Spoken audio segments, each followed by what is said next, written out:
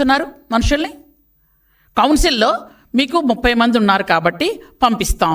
అక్కడ ఎందుకంటే అడ్డగోలుగా అరవచ్చు, అడ్డగోలుగా మీదన పడి తిట్టొచ్చు అని. కానీ చంద్రబాబు నాయుడు గారి ప్రభుత్వంలో, ఈరోజు కూటమి ప్రభుత్వంలో మీరు అడ్డగోలు తిట్టడాలు, అడ్డగోలుగా మాట్లాడాలు కుదరవు. మీరు అసెంబ్లీలో 11 మంది, అసెంబ్లీ అంటే మా ఉద్దేశంలో అది దేవాలయం. ఆ దేవాలయంలో బూతులు మాట్లాడకూడదు. ఖచ్చితంగా మనుషులు అక్కడ అందరి ప్రజలు తాలూకా కష్టకాలు మాట్లాడాలనే ఉద్దేశంతోనే ఈరోజు ప్రజలందరూ కూడా 94% మమ్మల్ని గెలిపించి కూటమి ప్రభుత్వాన్ని అక్కడ ఉంచారు. మీరు 11 మంది గెలిచారు, మీకు రావడానికి ధైర్యం లేదు, మాట్లాడడానికి ధైర్యం లేదు. 10 మంది వెనక్కుంటేనే రాగలవు నువ్వు. 11 మంది మీరు గెలిచారు, 10 మందిని ఆ 10 మంది వెనక్కున్నారు, కానీ ఆ 10 మందితో బయటకు రాలేవు. గత 5 సంవత్సరాల్లో నీ అదృష్టం బాగుండో మా దరిద్రమో మా దురదృష్టమో కరోనా వచ్చింది.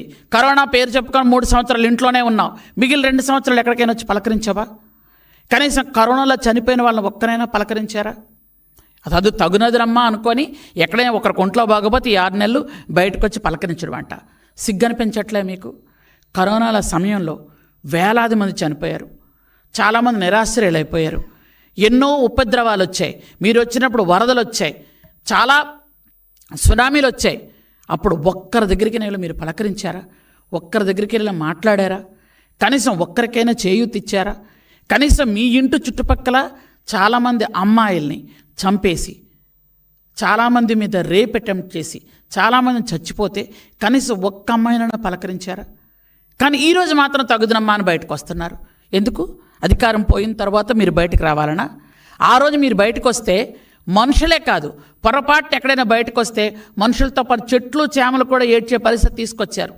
చెట్లు కొట్టేయడం, స్కూల్కి సెలవులు ఇచ్చేయడం, రోడ్లు ఎక్కడ పడితే అక్కడ గుంతలు తవ్వేయడం, పరదాలు కట్టేయడం, పోలీసులు పరిగెత్తించడం, మమ్మల్ని అవసరస్టులు చేయడం ఒకటా? బ్రిటిష్ వాళ్ళ పరిపాలన కన్నా చాలా చాలా దారుణంగా చేసిన మీరు ఈరోజు నీతి గురించి, న్యాయం గురించి, ధర్మం గురించి మాట్లాడే అర్హత మీకు అసలు ఉందా?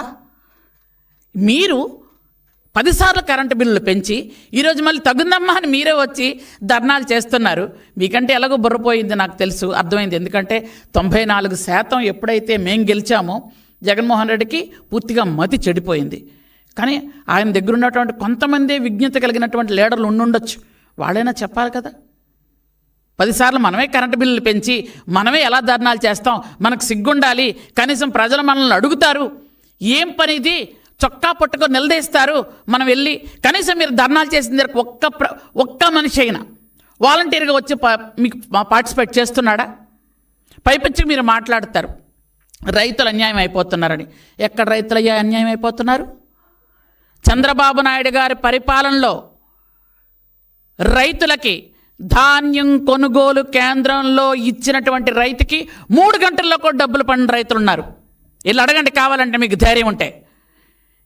24 గంటల్లో మీకు డబ్బులు ఇస్తామని మేము చెప్పాం, కానీ 3 గంటల్లో కూడా డబ్బులు పడుతున్నాయి రైతులకి. రైతులు క్షేమంగా ఉన్నారు. ఈరోజు వర్షాలు పడితే తడిచిన ధాన్యాన్ని కూడా కొంటాము అని రైతులకు ధైర్యాన్ని ఇస్తున్నాం మేము. చంద్రబాబు నాయుడు గారు డైరెక్ట్గా చెప్పారు, ఎక్కడ రైతుని ఇబ్బంది పెట్టకూడదు, మీరు పలానా మిల్లర్ తీసుకెళ్ళాలి అని ఉంటే ఆ మిల్లకే తీసుకెళ్ళండి, మీకు ఎక్కడో అమ్ముకోవాలనుకుంటే అక్కడే ఇవ్వండి అని. కానీ మీరు గతసార్లు ఏం చేశారు? మీకు నచ్చినటువంటి పలానా వ్యక్తి అంటే 100 కిలోమీటర్లు దాటిన మిల్లర్కి ఇచ్చేవాళ్ళు, మేమే లారీ పెట్టుకొని వెళ్ళాలి, మీకు నచ్చిన టైంలో తీసుకునేవాళ్ళు. మీరు తీసుకోకపోతే మీరు తిరిగి ఇంటికి తెచ్చుకోవాలి. మళ్ళీ 6 నెలల వరకు డబ్బులు పడేవి కాదు. ఇన్ని బాధలు పడిన రైతు నిజంగా ఆ బాధతోనే రైతులందరూ కూడా మాకే ఓట్లు వేశారు.